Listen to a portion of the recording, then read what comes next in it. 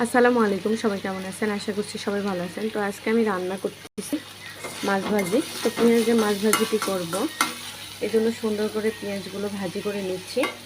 আর এখানে মাছগুলো আমি আগে ভাজি করে রাখছি। এগুলো হচ্ছে ব্যাম মাছ। তো ব্যাম মাছগুলো আমরা খাবো, আর এই যে বড় মাছের পেটি, এগুলো বাবুর জন্য দিয়েছি। বাবু আর বাবুর বাবা খাবে। তো আমি আগে ব্যাম মাছগুলো দিয়ে দেবো। ব্যাম মাছগুলো আগে সুন্দর করে পেঁয়াজের সাথে মিক্সড করে নেব, তারপরে মাছগুলো দেব। এখন আমি ভেজে রাখা বড় মাছগুলো দিয়ে দেব।